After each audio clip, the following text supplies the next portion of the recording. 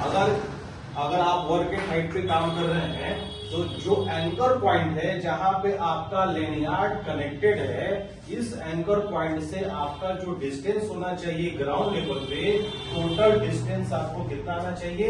18.5 यानी कि 18.5 फीट आपका डिस्टेंस होना चाहिए। मान लीजिए कि आप ठीक है 18.5 फीट ऊंचाई पे काम आप कर रहे हैं, बहुत अच्छी बात है, इतना पे तो आपका फॉल डिस्टेंस ही कवर हो जा रहा है।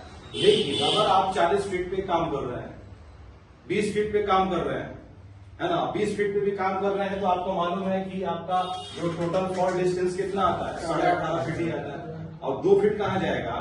तो अब क्या करना होगा? नीचे सेफ्टी नेट दे देंगे, है ना। 40 फीट कर रहे हैं, 50 फीट कर रहे हैं, जितना भी आप हाइट पे भाग रहे हैं, 18.5 फीट से ऊपर अगर काम हो रहा है तो आपको जो सेफ्टी नेट का जो हाइट होना चाहिए वर्किंग प्लेटफॉर्म से कितना होना चाहिए?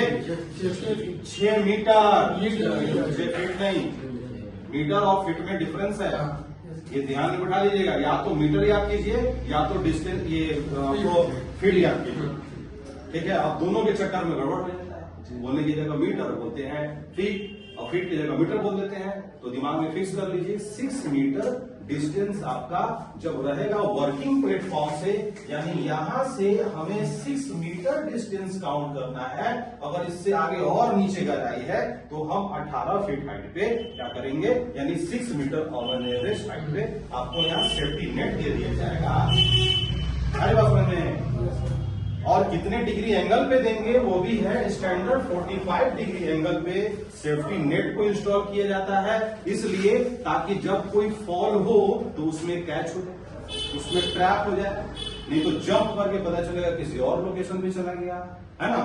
तो इसीलिए आपको 90 डिग्री एंगल पे नहीं बल्कि कितना 45 डिग्री एंगल रिकमेंडेड है, लेकिन बेहतर होता है 20 से 30 डिग्री एंगल पे आपको सेफ्टी नेट को लगाइए, तभी जाकर के इस तरह से आदमी जो है कैच हो जाएगा, इसके अंदर सेफली कैच होगा और इसको हम लोग रेस्क्यू कर सकते हैं, ठीक है। ये भी चीज समझे हैं, जैसे कि अलग का कंसर्न था कि कैसे ये 18.5 फीट होता है, ये थोड़ा कैलकुलेशन का मामला है, मैथमेटिक्स का मामला है, ये आपको तुरंत याद हो जाएगा। बस ये सिस्टम को समझ लीजिए कि जो एक नॉर्मल आदमी का हाइट कितना होता है? 6 फीट होता है, और लेनियार्ड का लेंथ कितना होता है? 6 फीट। 6 दूना 12 हो गए, 12 फीट तो ऐसे ही हो गए। लेकिन जो ये आपका लेनियार्ड के अंदर जो शॉक ऑब्जर्वर लगा रहता है, ये गिरने के बाद इस पर जब लोड पड़ता है तो आपको कितना खुलता है? 3.5 फीट ये फैलता है, और फैलने के बाद आपको सेफली लैंड कराता है।